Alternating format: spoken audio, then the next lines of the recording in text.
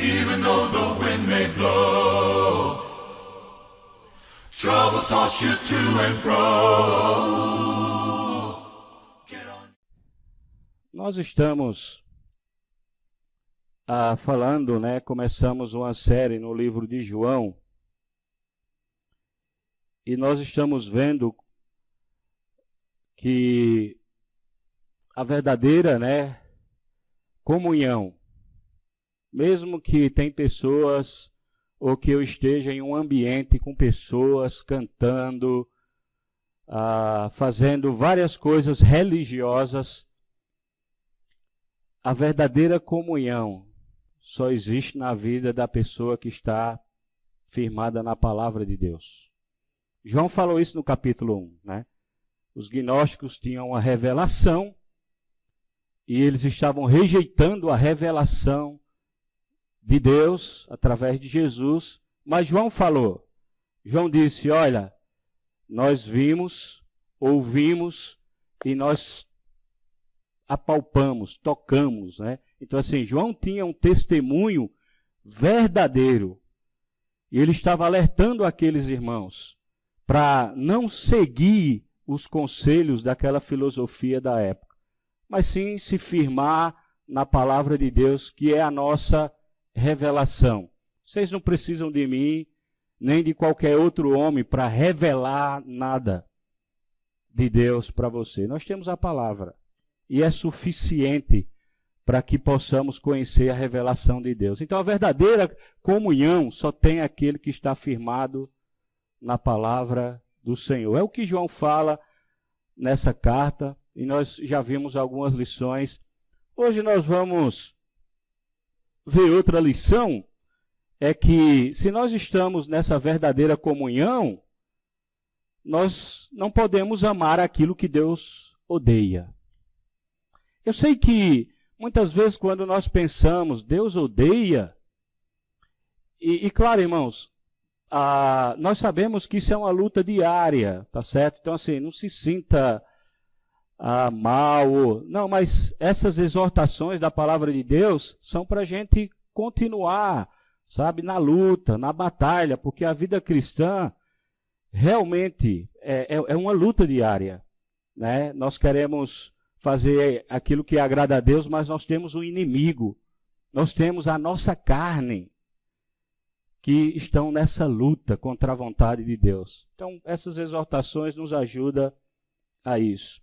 Mas eu sei que é uma expressão meia forte, ou talvez a gente não concorda muito, Como é que Deus odeia? Se Deus é amor, se Deus, Mas, irmãos, tem muitas coisas que Deus odeia. Por exemplo, eu vou falar alguns versículos, você não precisa, não vou esperar você abrir por causa do tempo e tal, mas se você quiser anotar, ou depois eu posso, se você quiser, eu dou para você. Mas no Salmo 97, versículo 10, diz assim: Vós que amais o Senhor, detestais o mal. Romanos capítulo 12, versículo 9, diz: O amor seja sem hipocrisia, detestai o mal, apegai-vos ao bem. Eu poderia falar vários versículos sobre as coisas que Deus odeia, detesta. Então assim, como cristão, não é simplesmente não amar, mas eu preciso também, ter esse mesmo sentimento para aquelas coisas que desagradam a Deus. Nós vivemos numa sociedade que a cada dia, tem acontecido coisas absurdas.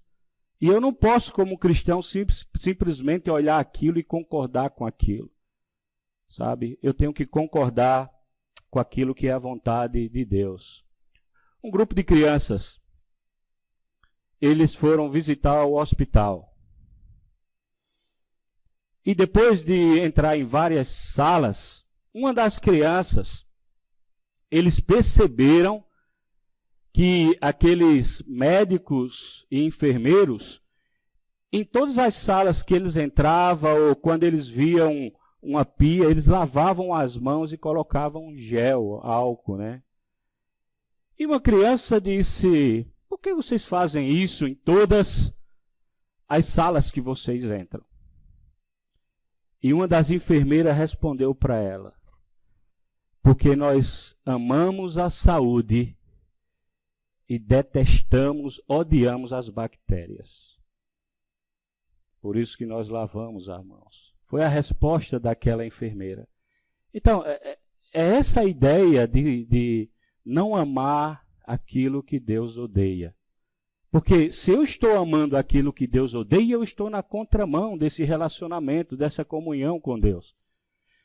E em João capítulo 2, eu queria compartilhar algumas ideias com vocês. Mas antes de chegarmos no 15, nós podemos perceber, a partir do versículo 12, capítulo 2, versículo 12, João ele faz um encorajamento, né, aos cristãos, antes de dar essa advertência para eles. No versículo 12, ele diz assim: filhinhos, eu escrevo a vocês porque os seus pecados foram perdoados, graças ao nome de Jesus. Pais, eu escrevo a vocês porque conhece aquele que desde o princípio, Jovens, eu escrevo a vocês porque vocês venceram o maligno. Filhinhos, eu escrevo a vocês porque conhece o Pai. E pais, eu os escrevo a vocês porque conhece aquele que desde o princípio, e jovens, eu escrevo a vocês porque são fortes. E em vocês a palavra de Deus permanece, e vocês venceram o maligno. Então, antes de dar uma advertência, veja a sequência, né, que ele começa a falar aqui. A ideia de filhinhos no livro de João traz a ideia de ser filho de Deus, de que é uma afirmação. João estava dizendo para ele: vocês são filhos de Deus, não tenha dúvida disso. E ele faz essa expressão. Nós poderíamos ver essa expressão em outros lugares nessa mesma carta. Mas é interessante porque também ele vai citar jovens e ele vai citar pais. Pais, jovens, né? E é interessante porque se a gente fosse usar simplesmente a ideia das palavras aqui, existe essa diversidade na igreja, né? Existe jovens, existe pais. Então a igreja é essa família diversa, né? Filhos. Mas talvez a ideia de João, quando ele está falando, por exemplo, né, os pais, talvez ele está se referindo a cristãos que, na visão dele, eram mais maduros, crescidos na fé, desenvolvidos na fé. E quando ele está falando a jovens, talvez ele se refira àqueles que estão nesse processo de desenvolvimento da fé, estão crescendo na fé. Mas é interessante porque a igreja existe, né, essa diversidade. Existem pessoas mais maduras na fé. Existem crianças na fé. Né? E eu sei que muitas vezes nós esperamos de pessoas que são crianças que elas sejam maduras na fé. Né? Nós temos várias pessoas que se tornaram cristãs o ano passado. E esse ano, né? Temos algumas esse ano. Então, muitas vezes nós esperamos dessas pessoas que elas sejam adultas, ajam como, mas elas são crianças na fé. E criança, ela precisa de cuidado. Por que você acha que muitas vezes na igreja entra tantas pessoas e sai tantas pessoas? Porque nós precisamos cuidar das crianças da igreja. né? Precisamos de cuidado, elas precisam de cuidado. Você vê aí, nós temos várias crianças no nosso meio agora, né? Ó, a Fábio ali, ó, com o livrinho, e ó, a avó ali. Elas precisam de cuidado, né? De ajuda, porque elas são crianças e não sabem desenvolver sozinho. E na vida cristã é assim, tá certo? Tem aqueles que são mais maduros, tem aqueles que, né? Para a gente não cair muitas vezes naquilo que nós estamos vendo nas aulas, de falar mal, de julgar e etc, tá certo? Então, vamos para a advertência que João, ele nos concede ou nos fala, né? Nesse texto, capítulo 2, versículo 15 agora. Veja quantas vezes a palavra mundo aparece. Ele diz no versículo 15, não amem o mundo, nem o que há no mundo. Se alguém ama o mundo, o amor do Pai não está nele. Versículo 16, pois tudo que há no mundo é cobiça da carne, cobiça dos olhos e ostentação dos bens. Não provém do Pai, mas do mundo. Versículo 17, o mundo e as suas cobiças passam, mas aquele que faz a vontade de Deus permanece para sempre. Então, 5 vezes, só do versículo 15 a 17, ele fala ou traz a ideia de mundo, de cosmo, né? É a palavra aqui no grego, de cosméticos, né? As mulheres conhecem bastante essa palavra. Agora, a pergunta é, o que é mundo? Qual é a ideia de mundo? E é interessante porque essa palavra, ela se refere em tem 3 conotações na Bíblia, né? E eu coloquei até no seu boletim, se você tem o boletim, né? A primeira delas é o mundo físico, o universo. Porque muitas vezes para nós é difícil entender isso. Espera aí, se Deus amou o mundo, Deus criou o mundo, né? Se Deus que fez o mundo, como é que Deus odeia o mundo? Que mundo é esse que ele está falando? Não é o mundo físico que ele está se referindo, né? Porque essa palavra traz essa ideia do mundo físico. Deus fez o mundo e tudo que nele foi ele que criou. Então, a palavra de João, a ideia de mundo, não é esse mundo, essa terra simplesmente. Tá certo?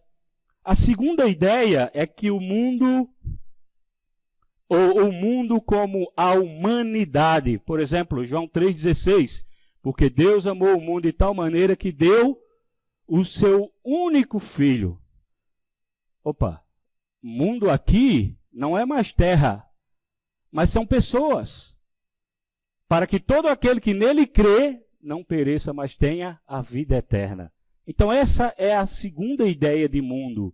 Mundo, humanidade, pessoas. A terceira ideia que ele fala é o mundo como um sistema. Um sistema governado pelo inimigo de Deus. Um sistema influenciado pelo inimigo de Deus. Então, quando ele fala não ame o mundo, ele está se referindo a essa terceira opção do mundo como um sistema, um governo que está influenciando as pessoas. E ele fala que esse mundo, essas coisas, nós não devemos amar. João está falando para nós, e eu queria mostrar alguns versículos que traz essa ideia do mundo no sentido de que há alguém que está conduzindo, né, para o erro, para o mal. Evangelho de João, capítulo 12, versículo 31. Chegou a hora de ser julgado este mundo. Agora será expulso o príncipe desse mundo. É desse mundo que João está falando. Esse príncipe que está incentivando e governando e induzindo muitas vezes as pessoas a ficarem distantes de Deus com a forma como eles vivem. Segundo, já não lhes falarei muito, pois o príncipe deste mundo está vindo. Olha a ideia de alguém, um sistema governado por alguém, né? Terceiro, e do juízo, porque o príncipe desse mundo já está condenado. O próximo. Disse Jesus: o meu reino não é desse mundo. Então, quando Jesus se refere a mundo aqui, não ame o mundo, não tem a ver com não amar as pessoas, não tem a ver com a terra em si, mas tem a ver com esse sistema que está levando, conduzindo, né, as pessoas a fazerem aquilo que não agrada a Deus. Então, esse tipo de amor, João está dizendo, não amem. E lembra dos gnósticos, que eram a doutrina, né, a influência que estava no meio dos cristãos, aqui na situação em que João escreveu essa carta? Eles diziam que eles não acreditavam que Jesus veio em corpo, em matéria, porque para eles a matéria era ruim. E lembra da ideia, o que você faz com a carne não tem influência ou consequências com o seu espírito. Então imagine uma religião que você pode fazer todas as coisas. Imaginem. Nós seres humanos já temos nossa tendência carnal, nossos desejos da carne. É uma luta ser cristão, por causa dos desejos que nós temos. Nós temos falado, né, nas aulas sobre algumas coisas, mentir, falar mal, ter inveja. São tudo, muitas vezes, alguns desses sentimentos que surgem no nosso coração. Então, assim, não é uma coisa fácil de se controlar. Não, nós precisamos saber lidar com eles. Mas são sentimentos. Aí, hoje no domingo, hoje eu venci, não tive inveja de ninguém. Mas quem garante amanhã que esse sentimento não pode vir no meu coração? Quem é que garante? Não tem garantia, porque são sentimentos. Entende? Então é uma luta constante. Paulo falou aos irmãos em Éfeso, né? A nossa luta não é contra carne nem sangue, mas os principados e potestades e poderes que estão atuando nesse mundo. Então, assim, essa é a nossa luta, é contra esse mundo, esse sistema aí. Não é simplesmente, né, com o planeta, nem as pessoas. Então ele está falando, esse tipo de amor não deve haver na vida do cristão. Então, se nós queremos ter uma verdadeira, ou estar dentro da comunhão com Deus, a comunhão verdadeira, que João está falando, eu preciso não amar o mundo. Não amar esse sistema, que vai contra o sistema de Deus, contra a vontade de Deus. Agora, veja como isso é sério. Abra comigo em Tiago. Tiago capítulo 4. Veja o que Tiago fala.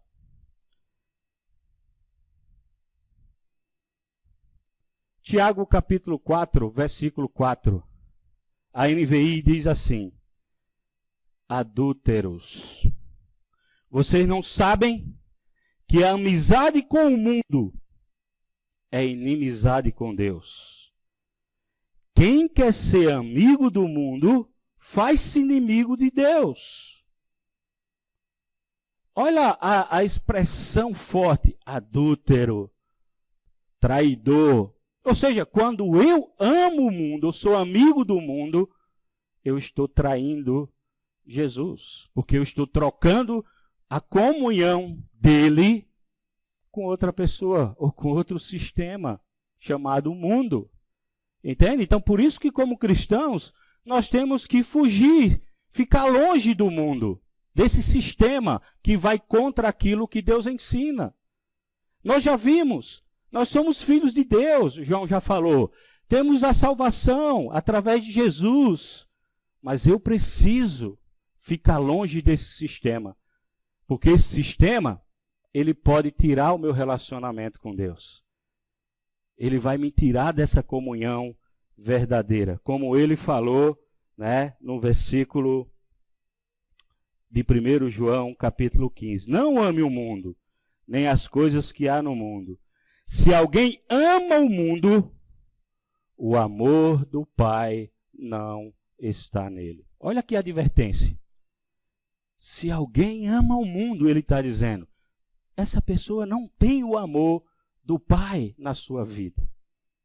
É João que está falando, irmãos. E João está falando inspirado por Deus para aqueles irmãos e se aplica a nós hoje, na data de hoje. Versículo 16 é a segunda ideia, né? Que a gente não deve amar o mundo por causa dos seus resultados. Os resultados de amar o mundo são opostos aos resultados que Deus quer para a nossa vida. E ele diz assim, porque tudo que há no mundo é a concupiscência ou a cobiça, né, da carne, a cobiça dos olhos, a soberba da vida. Essas coisas não vêm de Deus, ele fala. Então assim, eu não devo amar o mundo, por quê? Porque é um sistema que vai contra aquele a quem eu amo e tenho um relacionamento com ele, que é Deus. Por isso que eu não devo amar. E ele fala, né? Ele dá 3 evidências para a gente não amar o mundo. Primeiro é a concupiscência ou a cobiça da carne, né? Já foi lido aqui na aula que as obras da carne, ele começa a falar, né? Lá em Gálatas ele diz, e ele faz uma lista, né? As obras da carne, e ele fala cada coisa feia lá. E depois ele diz, mas o fruto do Espírito, e ele aí dá 9 qualidades que nós temos porque temos o Espírito Santo de Deus. Amor, alegria, paz, longanimidade, bondade, fidelidade, mansidão, domínio próprio. E ele fala, contra essas coisas não existe lei. Né? Quem vive dessa forma está vivendo no Espírito. Né? Está tendo comunhão com Deus. Então, João fala das coisas da carne, a concupiscência da carne, o desejo, né, da nossa carne, aquilo que nós queremos, aquilo que nós gostamos. Tá certo? São desejos fortes. Talvez alguns desejos para a gente entender aqui, algo forte que mexe conosco, né? Talvez tenha a ver com o desejo de comida. Talvez tenha a ver, para a gente entender, o desejo que nós temos muitas vezes por sexo. Desejo forte. Ou quando nós estamos com muita sede, nós queremos água, a gente tem um desejo por água. Esse desejo forte, ele está dizendo. Isso é o desejo da carne. E essas coisas nós temos que fugir delas, ficar longe delas. Ele vai falar. São impulsos, são desejos, né, que nós temos. Em segundo lugar, ele fala sobre a concupiscência ou o desejo dos olhos. E é interessante, se você for olhar a mesma tentação que Eva sofreu, Jesus também enfrentou. A mesma, sabe, o sistema, o inimigo, o príncipe desse sistema, ele tem a mesma tática. Ele tenta nos atrair através dos nossos olhos, nossos desejos. E assim como Eva, ela foi atraída e errou, né? Jesus não foi atraído, mas venceu. E sabe por que Jesus venceu? Você sabe por que Jesus venceu a tentação do inimigo? Porque ele quer ensinar que eu e você, nós podemos vencer. Eu sei que às vezes nós gostamos daquela parte. A carne é fraca. Né? A gente gosta dessa parte. É uma defesa. A carne é fraca, meu amigo. A carne é fraca. Mas Jesus disse, o Espírito é forte, está pronto. A carne é fraca mesmo, é uma luta. Mas nós temos agora o Espírito de Deus habitando em nós. E esse Espírito é vencedor, é forte. Ele pode nos conduzir a ter uma vida que não ama o mundo. Lembra o que Paulo falou lá em 1 Coríntios capítulo 10? Ele diz que jamais nós vamos ser tentados além das nossas forças. Mas se isso acontecer, ele disse, Deus manda um escape, uma ajuda para nos socorrer. Então, é uma decisão de não, fazer ou entrar nesse sistema e agradar ao nosso Deus. Então, nós somos envolvidos muitas vezes pelas coisas que nós vemos. Por exemplo, Adão e Eva. Eva viu que o fruto era bom. E ela foi lá e comeu, e aí o pecado entrou no mundo. Acã trocou o relacionamento com Deus por causa de uma capa babilônica. Ele viu aquela capa, seus olhos viram, ficou louco, disse, eu quero essa capa para mim. E aí escondeu, e o povo de Deus começou a morrer por causa do pecado dele. Então veja que muitas vezes o meu pecado não vai atingir simplesmente a minha vida, mas vai atingir a vida daqueles que estão próximo de mim.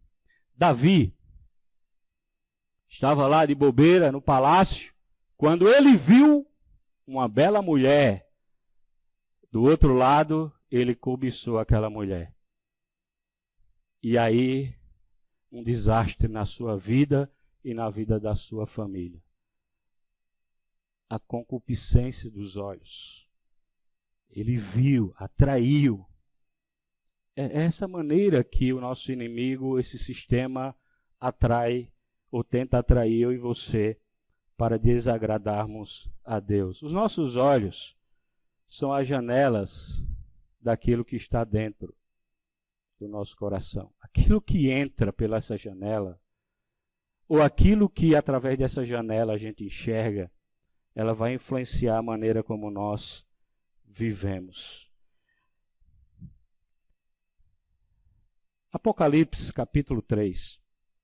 Quem sabe um dia nós vamos ter a oportunidade simplesmente de pregar, só essas cartas de Apocalipse. Capítulo 3 de Apocalipse, o verso 14. Eu sei que normalmente nós falamos um versículo que está aqui para aquelas pessoas que nós estamos tentando evangelizar, Talvez você já falou para alguém, olha, Deus está batendo na porta do seu coração. Você precisa abrir para ele entrar. Talvez você já falou isso para alguém que não conhece Jesus. Mas veja o que João, ainda em Apocalipse, e para quem ele está falando. Versículo 14, ele diz assim, do capítulo 3. Ao anjo da igreja em Laodiceia escreva. Estas são as palavras do Amém, a testemunha fiel e verdadeira, o soberano da criação de Deus. Conheço as suas obras, sei que vocês nem é frio, nem quente. Melhor seria se vocês fossem frios ou quentes. Assim, porque você é morno, não é frio nem quente, estou a ponto de vomitá-lo da minha boca. Vocês dizem, estou rico, adquiri riquezas e não preciso de nada.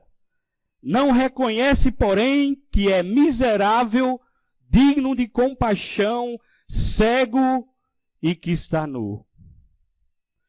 Dou-lhe este conselho, compre de mim ouro refinado no fogo, e você se tornará rico.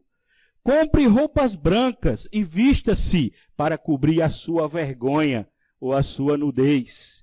E compre colírios para ungir os olhos e poder enxergar. Repreendo e disciplino aquele que amo.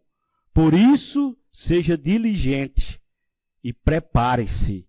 Eis que estou à porta e bato. Se alguém ouvir a minha voz e abrir a porta, entrarei, cearei com ele, e com ele farei morada. Terceira concupiscência que João vai dizer. Ele fala, ora, o mundo, ou melhor, né? Ele fala, a palavra, ele usa, né, a palavra jactância, orgulho, soberba da vida. Então veja o que Apocalipse está dizendo. Eu não tenho tempo para explicar todo o contexto aqui, mas a ideia é que a igreja estava ao redor ou num ambiente de riqueza por várias coisas. Eles faziam colírio, né? Tinha duas fontes de água, uma mais gelada, outra mais quente, quando se juntava. Isso é o contexto histórico, você pode estudar lá, procurar, você vai ver que nessa cidade era assim. A água vinha de duas fontes e se tornava morna. Então não tem nada a ver com aquele cristão ou com um grupo de cristãos que não dá glória, né? Não grita e tal. Não tem nada a ver com isso. Mas tem a ver, ele usa o contexto histórico das cidades, colírios, bancos, né? Na época, provavelmente era a única cidade que tinha um banco. Todo mundo depositava suas riquezas ali. Eles faziam uma lã muito fina, uma lã negra naquela região. Então era uma cidade rica. Dizem que os comentaristas e historiadores, né, eles falam que quando essa cidade foi destruída, eles nem quiseram auxílio do governo para reconstruir. Porque eles tinham muito dinheiro.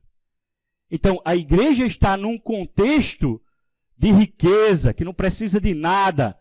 E tudo isso levou esses cristãos a se afastarem de Deus. Porque você viu que o versículo fala, né? Eis que estou à porta e bato. Ele está falando para uma igreja. Está falando para cristãos. Eu estou à porta e bato. Se alguém abrir, eu vou entrar. E vou ceiar com ele. E com ele vou fazer morada. Ou seja, aquela igreja perdeu a comunhão com Deus. Por causa da soberba da vida. Eles se achavam autossuficientes, que não precisavam de nada. Eles tinham tudo. E Jesus disse, vocês não têm nada. Vocês precisam comprar de mim, para que vocês possam enxergar, para que vocês possam se vestir da vergonha de vocês.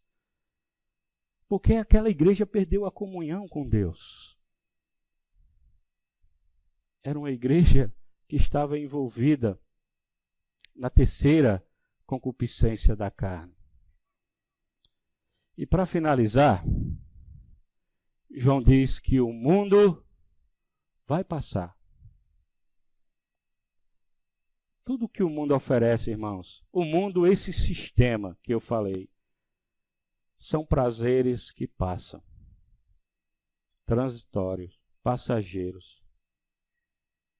Quando eu não conhecia Jesus, no sábado à noite, eu ia buscar muitas coisas para preencher o meu vazio. E é interessante porque algumas dessas coisas me deixavam animado naquele momento.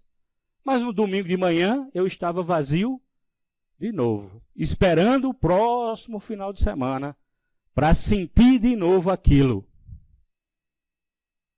Então assim, nós não temos mais vazio. Porque o vazio que havia em mim e em você foi preenchido por Jesus. Então a gente não precisa mais desse sistema para ser feliz. Mas nós precisamos fugir desse sistema. Porque ele fala, aquele que faz a vontade de Deus permanece para sempre.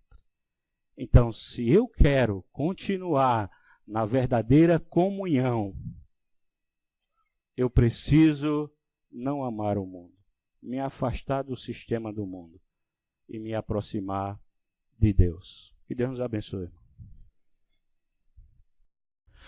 Even though the wind may blow, troubles toss you to and fro.